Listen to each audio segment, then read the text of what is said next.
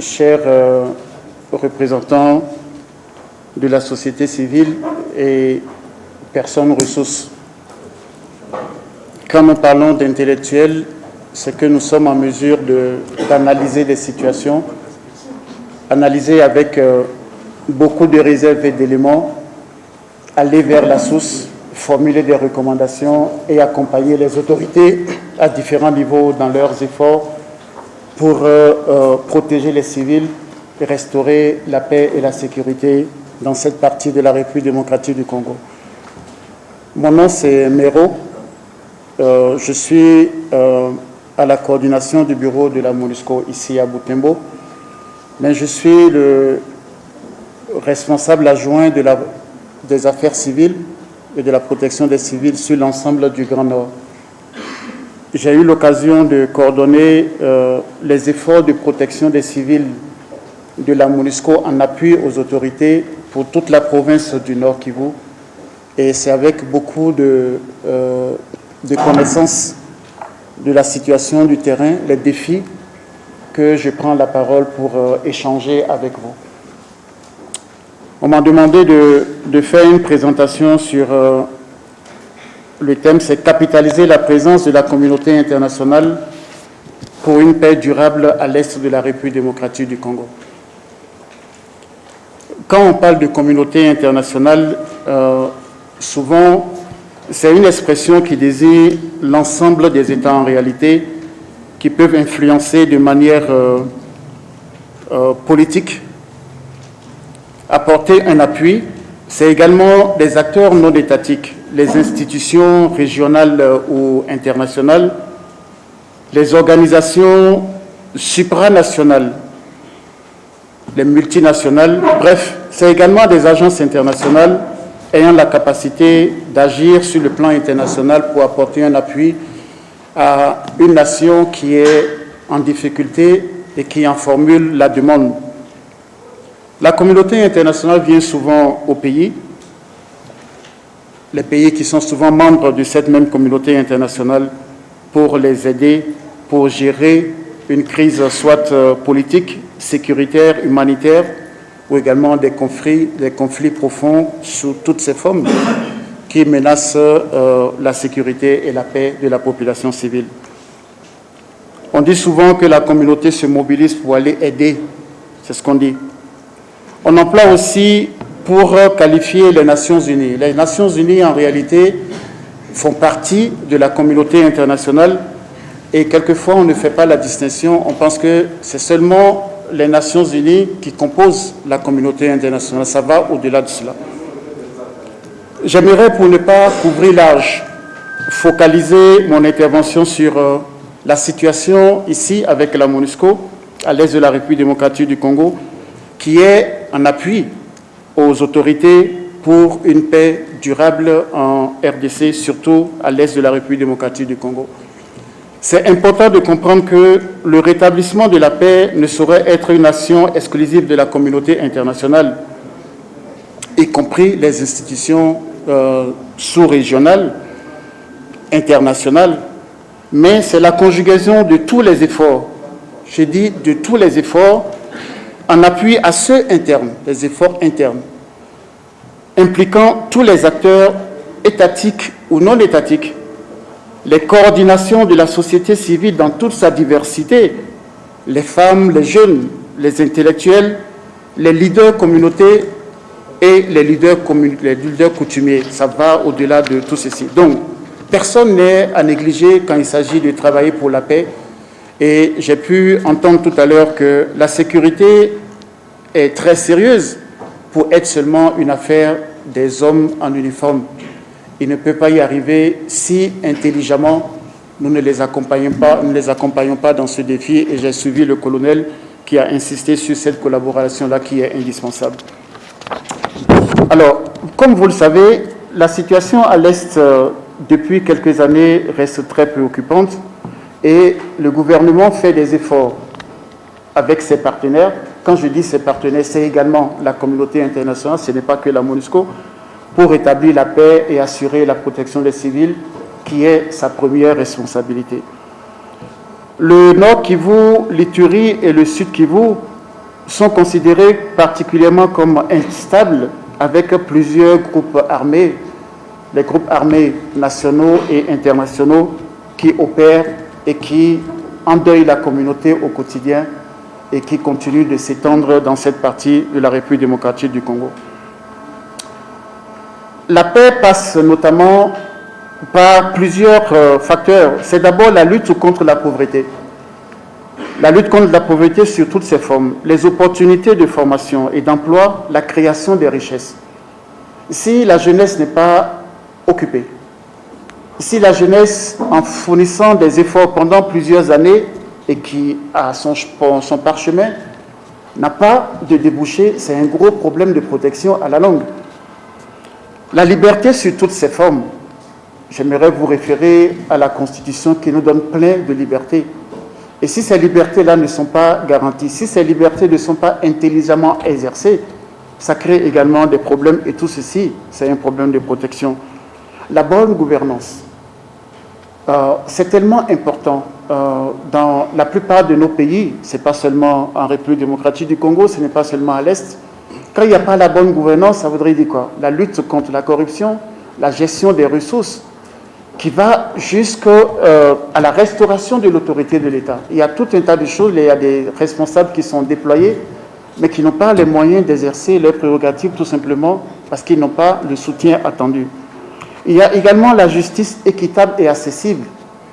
La justice équitable et accessible. Et il faut parler également de la réparation et la prise en charge des victimes. Alors, le Conseil de sécurité, que nous pouvons qualifier par la communauté nationale, internationale, après consultation avec le gouvernement. Alors, j'insiste là-dessus, la consultation avec le gouvernement. Il y a des préalables avant que le Conseil de sécurité ne donne un mandat à une mission pour aider un gouvernement, en particulier le gouvernement de la République démocratique du Congo.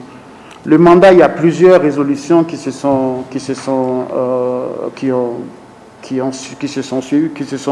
succédées ici. Ici, nous sommes en train de mettre en œuvre la résolution 2556 qui a été votée en décembre 2020 pour accompagner et appuyer les efforts des autorités de la République démocratique du Congo, notamment dans deux domaines. Il y a la protection des civils. Et quand on dit protection des civils, nous allons voir tout à l'heure qu'est-ce que ça voudrait dire, qu'est-ce que ça implique, et comment est-ce que vous êtes indispensable pour ce défi-là.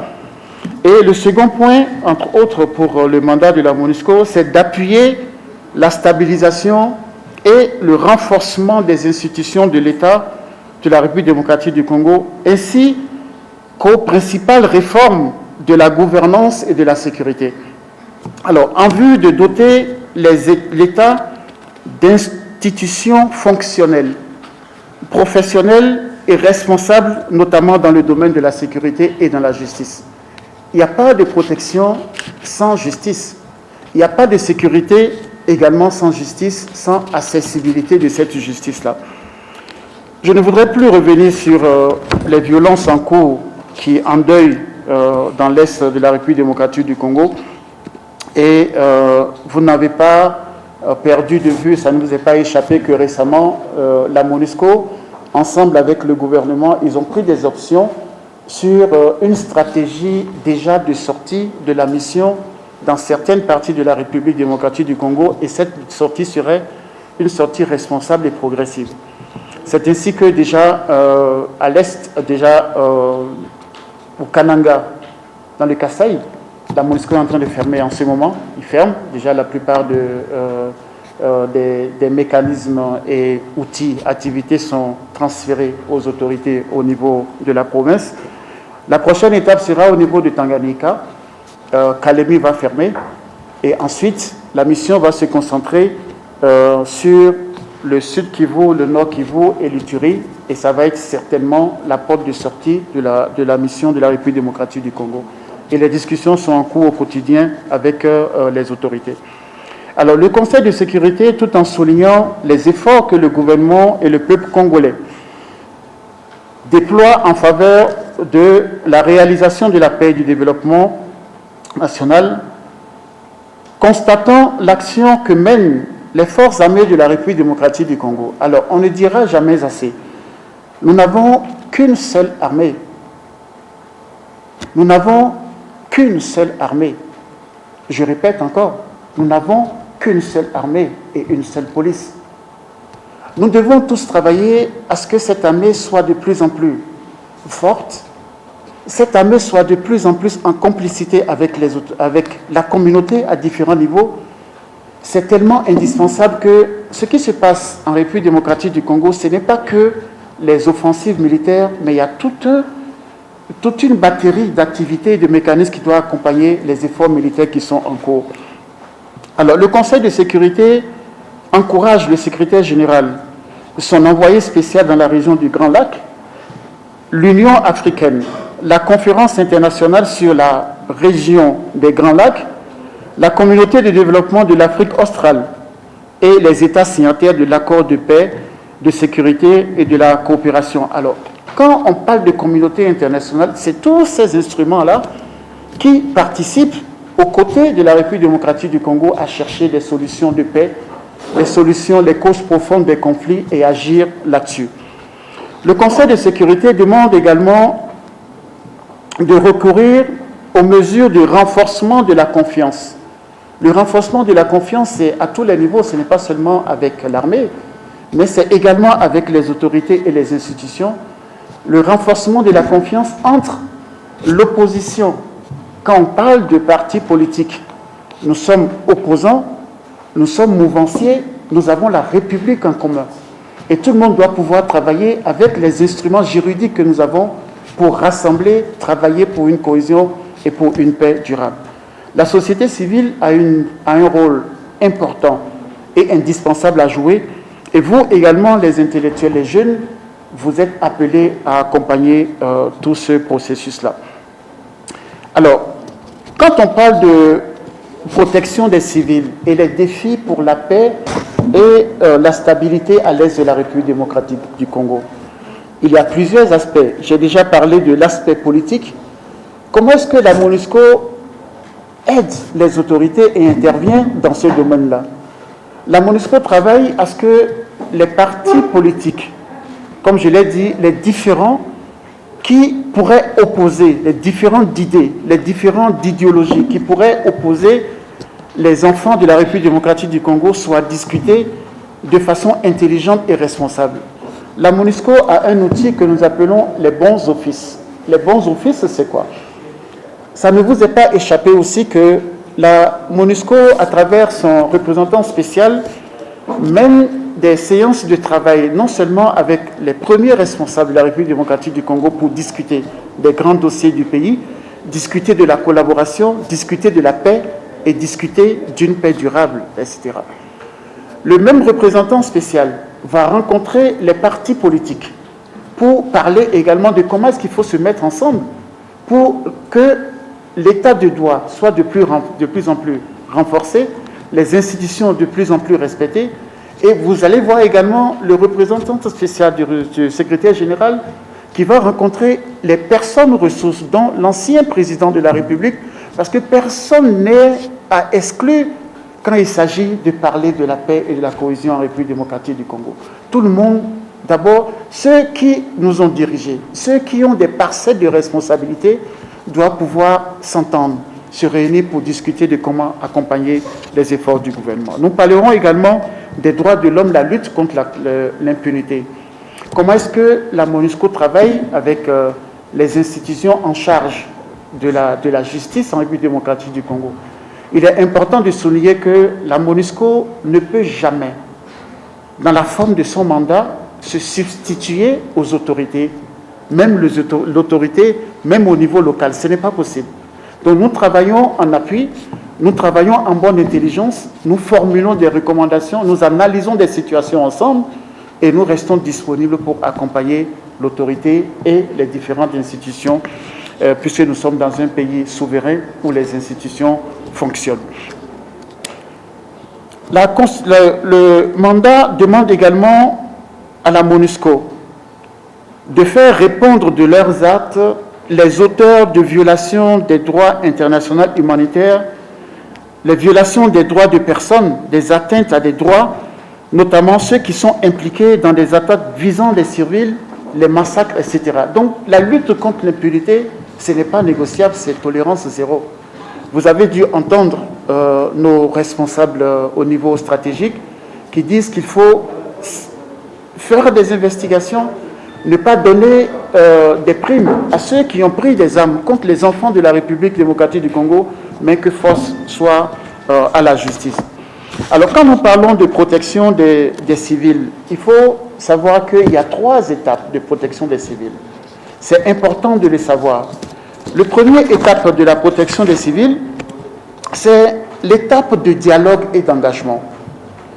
Quand il y a des situations qui menacent la paix et la sécurité, la protection des civils, il faut prioritairement engager le dialogue.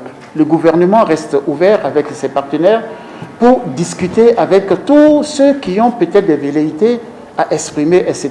Parce que nous sommes dans un pays de droit et force doit pouvoir respecter à la loi. Alors cette phase est accompagnée également de dialogue et de négociations politiques avec des plaidoyers à différents niveaux.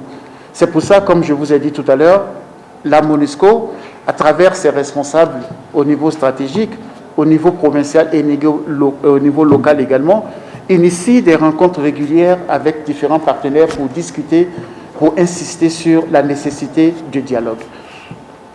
Alors, il y a également ce que nous appelons les engagements avec les partis politiques, je viens de parler. Il y a le monitoring des droits de l'homme et des violations des droits de l'homme, etc.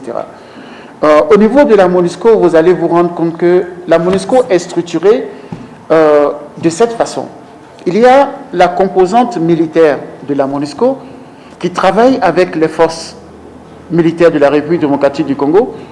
Il y a la composante police de la MONUSCO qui travaille avec la police nationale. Il y a la composante civile de la MONUSCO avec différentes composantes. Vous allez voir les droits de l'homme, vous allez voir les affaires civiles, les affaires politiques, le programme DDR et autres qui travaillent selon la manière dont c'est structuré au niveau national. Et toutes ces composantes-là, dans leurs actions, concourent à ce que nous appelons la protection des civils, qui est ce qu'on appelle l'approche intégrée, et tout le monde doit se relever. Toutes les actions qui sont menées au niveau de la MONUSCO concourent à renforcer l'état du droit, à renforcer les institutions, à aider l'armée, à l'accompagner dans son défi, à renforcer la police, et c'est quelque chose qui est permanent et qui est quotidien, etc.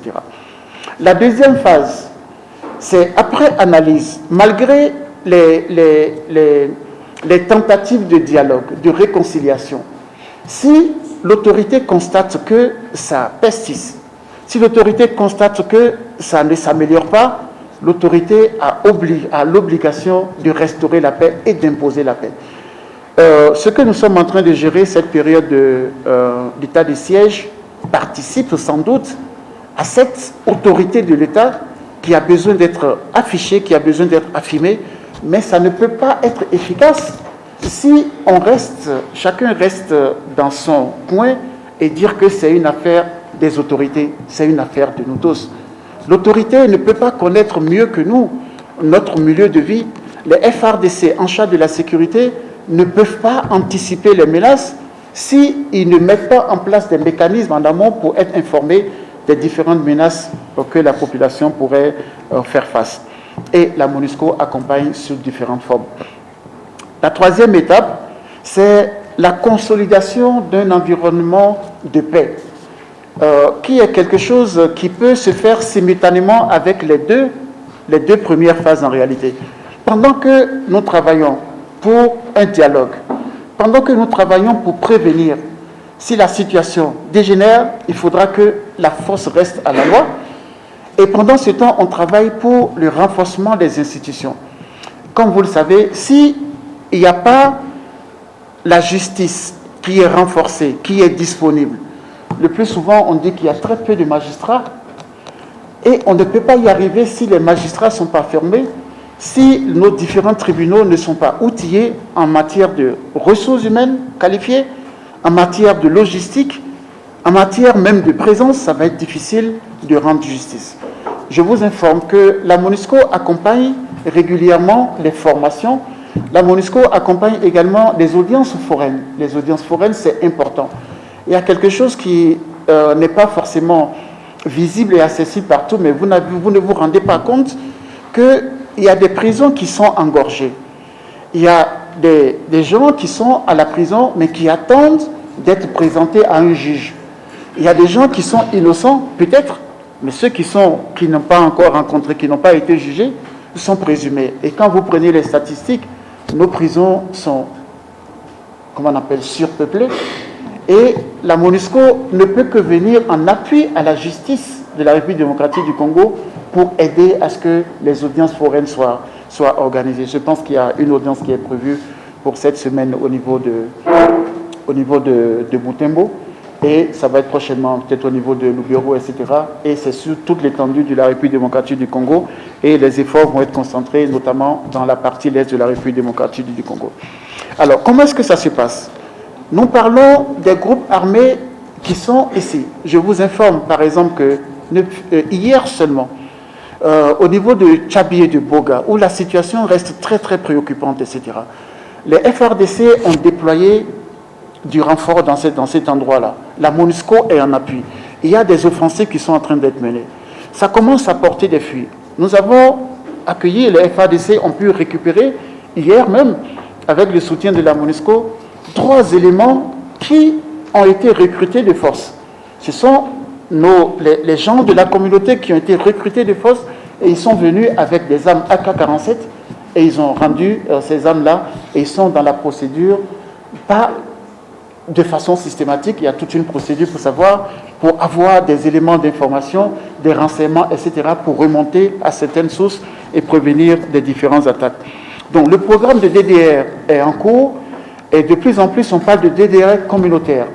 La MONUSCO reste disponible aux côtés des autorités de la République démocratique du Congo pour accompagner tous ces processus. Sur le plan militaire, je ne voudrais pas rentrer dans certains détails ici, nous allons certainement mener le débat. La MONUSCO appuie au quotidien les forces de la République démocratique du Congo. Ça passe par l'intelligence, ça passe par la logistique, ça passe également par des offensives dans différents endroits où la population est en train d'être endeuillée au quotidien. Alors, la troisième phase également pour un environnement de protection beaucoup plus durable, c'est le renforcement des capacités des institutions. Ça passe également par l'appui à la restauration de l'autorité de l'État, l'anticipation des conflits, l'analyse profonde des causes profondes des conflits et comment est-ce qu'il faut utiliser des mécanismes qui sont en place. On n'invente pas les choses dans un pays de droit où force doit rester à la loi. Par exemple, les conflits coutumiers, si c'est mal géré, ça devient un problème grave de sécurité et de paix. Mais est-ce que vous savez, par exemple, qu'au niveau de la province, il y a le comité consultatif de règlement des conflits coutumiers? Alors, cette initiative mise en place par les autorités est en place au niveau de la province. La MONUSCO accompagne le renforcement des capacités et le renforcement de ces mécanismes-là au niveau des territoires, au niveau des secteurs, etc. Également, d'autres initiatives qui sont en cours. Avec la société civile, nous avons, qui est un partenaire privilégié de la MONUSCO, il y a beaucoup d'initiatives qui sont en cours parce que nous estimons que la société civile que nous constituons de façon générale a besoin d'être beaucoup plus structurée, beaucoup plus légitimée, beaucoup plus formée. Et la société civile est indispensable dans toute sa diversité, dans tous les efforts de protection. Quand on parle de la stabilisation c'est tout un processus également. Pendant que nous travaillons pour l'environnement sécure, c'est-à-dire première phase, on négocie, on donne la chance que ceux qui ont pris les armes contre la République, ceux qui sont en train de revendiquer des choses, le gouvernement dit, venez, on discute. Si ça persiste, malgré les différentes alertes, malgré les différentes médiations, et c'est ici l'occasion de souligner les efforts de la société civile, qui a pris des initiatives pour aller rencontrer certains états-majors des groupes armés, notamment les groupes armés domestiques, pour leur donner une chance d'accéder au processus du gouvernement.